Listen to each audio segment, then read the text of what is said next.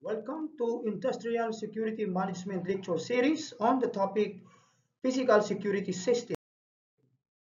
In this presentation, we are going to talk about the basic terms and concepts involving physical security, of course, the layers of security or the so-called security ring, the different physical security systems like the perimeter barrier, the protective lighting, alarms and locks, of course with the protective cabinet like the safe vault and file room, and of course the CCTV and its different types. At the end of this discussion, it is expected that everyone will be able to demonstrate knowledge and competence on the matters involving the physical security systems. Another important physical security measures ay ang paggamit ng CCTV or the closed circuit television na pinaka-common at pinaka-uso ngayon na kahit ang mga ordinaryong tao ay nag-i-employ na po nito. Ang closed circuit television ay tinatawag din sa ibang pangalan na video surveillance. Gumagamit ng video camera upang matransmit into a signal to a specific place. Siya po ay digital video recorder since it has a camera na may kakayahang mag-record at i-transmit ang video into any other technical or mechanical means. Again, that is CCTV. Maraming klase ang CCTV. Depende sa ating layon na gamitin at sa hinahangad nating security control. So, meron tayong tinatawag na dome CCTV, relatively discrete, mahirap ma-identify, ma-detect. Kasi yung kanyang appearance, parang hindi mo alam kung 360 ba ang kaya niyang i-cover or diretsahan lang. No? Kaya itong ganitong klase ng CCTV ay advantage at mainam gamitin sa mga shops, restaurants, casinos, hotels, and other hospitality businesses because ang disenyo ng kanyang monitoring ay kaya niya makita ang mas malawak na anggulo sa atin pong premises. Samantala, pag sinabi bullet CCTV camera, katulad ng nakikita nyo sa picture, no? Pabilog siya yung kanyang hugis ng kanyang camera, pero ang kanyang mechanism ay kaya niyang mag-record or mag-acquire ng mas malayong imagery, no? Long distances, kaya tinawag na bullet type. Okay, so ito po ay mainam gamitin sa mga industries such as manufacturing, property management, and farming. Kasi kahit yung mga malalayo na areas na sakop ng ating binabantayan ay kaya niyang abutin because long and narrow distance monitoring and observation ang kaya niyang ma-acquire. Samantala, yung tinatawag na C-mount CCTV ay ideal option sa mga naghahangad na mas malawak na vision ang kanilang makuha. Di lang malawak, malayo. So ito ay mainam gamitin sa pag-observe ng mas stretch na mga daan para lahat ng approaches ay approaching, no? Or any approaches to the premises is under monitoring. Kadalasan ginagamit ito sa mga expressways para malayo pa, mamonitor na yung mga paparating na sasakyan or kung papalayo man ito at nakabangga, naaabot pa rin siya ng monitoring ng camera. So sa mga expressways kadalasan makikita natin yan. And also, the day and night CCTV camera na ang kagandahan nito sa kanya, even in the night time, maliwanag at maganda ang quality of image na kaya niyang ibigay sa atin. No, na halos kalintulad lang sa quality ng image during the daytime. Also, we have the so-called network or IP CCTV camera. Ito yung napaka-advanced ngayon at napakaganda sapagkat if you are just connected with an IP address, no, taglay ng CCTV at ng iyong gadget, be it a laptop or a mobile phone, as long as you are connected in the internet, then your gadget has the advantage to monitor kung ano nakikita, nare-record ng network or IP CCTV camera. Kahit nasa abroad ka, kahit nasa ibang lugar ka, no? Kapag connected kayo in the same internet, in the same IP address, you have that connection in terms of your IP address, there you are, pares kayo connected with the internet, then makita mo po yung nakikita ng nare-record ng CCTV na ito. Samantala, isa pa sa pinaka modern at pinaka advanced na CCTV ngayon ay yung tinatawag na wireless CCTV camera. There is no need for using wiring installation. Instead, just install it whenever the strategic place na gusto mong paglagyan, then wala na pong kailangan wire dito. So again, kung gusto mong makita, then you must have that connection with the IP connection with your gadget and so with your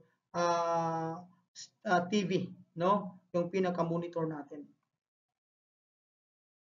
Okay, so ilan pa po sa ating mga mahalagang installations pagdating sa physical security system ay ang paggamit ng protective lock and of course, key control system.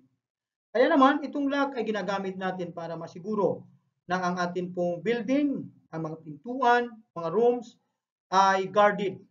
Kahit wala po yung tao, still guarded with the physical security measures no other than using that protective lock. So, si protective lock ay pwedeng mechanical, pwedeng electrical, pwede ring hydraulic or electronic device. Ang kanyang hangarin o disenyo ay masiguro na if naisara natin ang ating pintuan, nalock natin ang bagay na ating pinoprotektahan, then it must be very hard for anyone to gain illegal access. Kaya naman marami tayong mga mechanisms ng paggamit ng protective lock na ito. Una ay tinatawag na key-operated or mechanical lock, from the word itself, key-operated. So, we need to use a key. However, it must be in a mechanical means. So, this key-operated mechanical lock ay gumagamit, of course, ng susi. And then, ang device nito ay ginagamit to align the internal barrier so that the lock may be operated. So, with the use of key and then coding, no? Coding. Sa paggamit ng coding, whether it is a combination of numbers or letters, figures, depende sa kalibre ng isang lock na yan, no? So that is key-operated mechanical lock. Samantala, pag sinabi natin padlock, portable and detachable lock. Ito ang pinaka-common na in some movable items usually ginagamit like the bags, no? Maleta, no? So usually ang padlock ay ginagamit sa ganun na nga po, mga portable protected equipments. Pwede rin naman siya sa mga pintuan, pero yung makikita natin doon yung pangmalakihan, pangmalakasan na padlock na. Samantala, pag sinabi natin combination lock, it can be a combination of a design of a padlock and a combination of key-operated. Na dito, hindi lang sa para bang may padlock na tayo, meron pa rin tayong combined na coding, no? Upang magkaroon ng dalawang magkaibang protection ang kayang ibigay sa atin. Mabuksan man yung kahalintulad ng padlock na mechanism, nakalak pa rin yung sa coding mechanism. So, another type of lock ay ang tinatawag na code-operated lock. So, from the word itself, coding talaga ang kanyang mechanism. So, by the combination of numbers or even letters, no, malalak po natin ang sistema. Ang mechanism, pagbukas, there must be a proper code na ating gagamitin. Of course, electrical lock, katulad po sa mga high-end na mga hotel, talagang by means of electrical mechanism. Pag na-switch on mo na ang isa, no, lahat po yan bubukas na. So in short, remote control system ito, no, na in one switching, everything will be open. Depende kung yan ang kanyang mechanism or sistema. Basta ganun po ang kadalasan, no? Parang remote controlled lock. Yan po yung electrical lock. Samantala, si card operated lock, from the word itself, card ang pinakasusi natin dito by tapping or by sensor or by coding, no? Bumubukas po yung pintuan na yan or yung locking system ng pintuan na yan by the use of that spot magnetized, kadalasan, no, sa mga card operated lock, spot magnetized. Ngayon, pag-usapan natin ang pagkakaiba ng warded lock and desk tumbler lock. So ito yung pinaka-common na portable locks na ginagamit natin, no? So si warded lock that uses bolt. Nakikita naman po natin sa picture, no?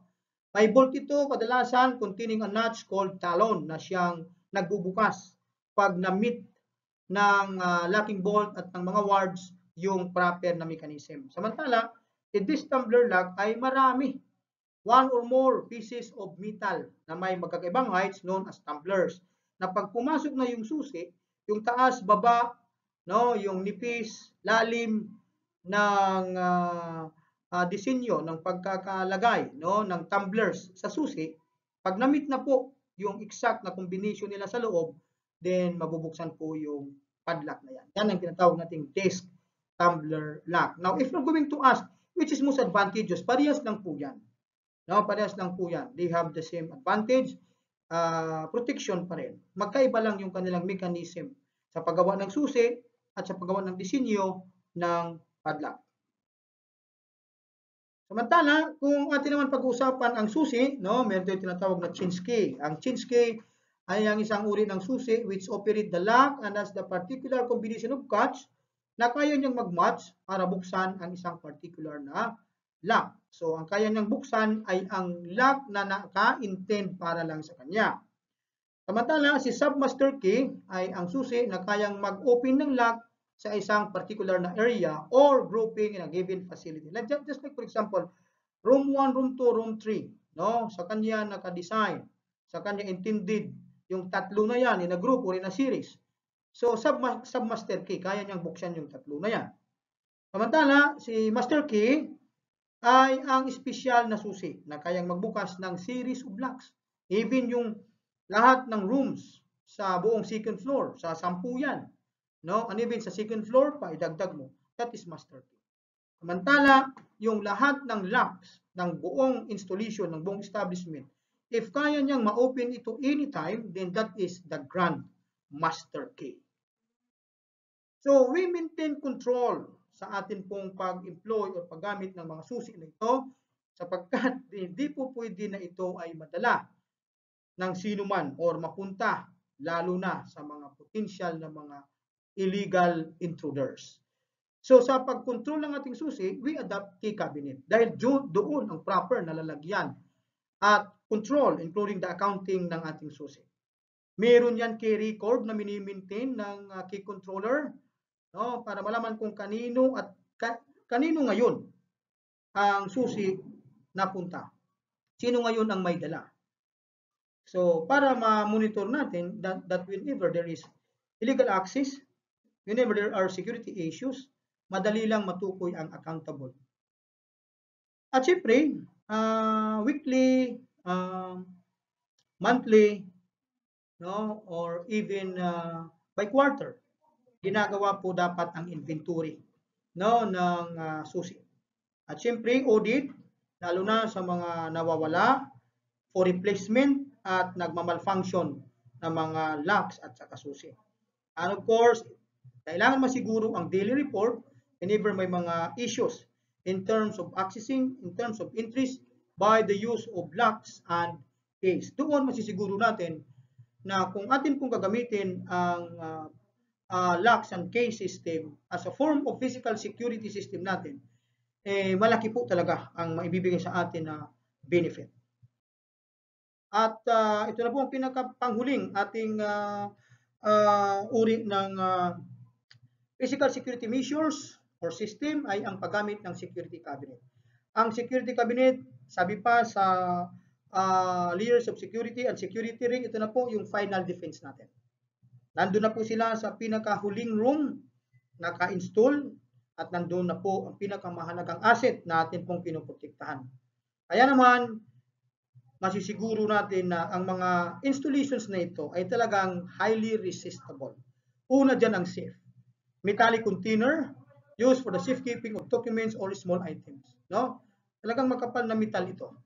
At least 750 pounds at more than 1 inch ang kanyang kapal. Yan po yung pasok sa standard, no, na mechanism or installation when it comes to the safe. Samantala, ang mas malaki dyan, kaya mag-accommodate ng sandamakmak na dokumento, pira, mga ginto, at iba bang mahalagang bagay. Usually, installed ito sa mga bangko natin. Ito po ay heavily constructed, kaya niyang mag-resist sa fire, kaya niyang mag-resist sa burglary or pagnanakaw. No? Gumagamit ng mga malalakas na equipment. kaya po niya mag-resist dyan. So siya po ay mas malaki na installation kaysa sa safe, but smaller than the file room. By specifications, it must be installed 6 to 12 inches ang kapal ng kanyang metal at kayang mag-resist sa sunog up to 6 hours. Ganun po kataas ang specifications in installing this vault. And finally, ang nag-accommodate ng mas maraming documents, kaya iba pang mahalagang dokumento na kaya niyang protektahan ay ang tinatawag na file room. That is a cubicle in design na halos constructed within the building, within the room, mas malaki na pasilidad kaysa sa vault. But lighter siya. Hindi siya ganoon kakapal, So mostly documents ang kanyang ina-accommodate. As to the size, mas malaki siya pero mas manipis ang kanyang metal to accommodate limited people to work on the records inside. Kasi more on records ang talagang inilalagay natin dyan. So by installation, by specification, 12 feet in height and then fire resistance up to 1 hour. Yan po yung file room natin. Samantalang karagdagan na security, na benefit natin, pero kadalasan ang naibibigay talaga nito safety. But then again, pwede rin ito magamit, for security issues. Or kailangan din natin siguruhin 24/7 ang security monitoring dito because it can create security and even safety issues. So it can be both, Kaya kahit sa security, mini-maintain natin ang continuous monitoring dito.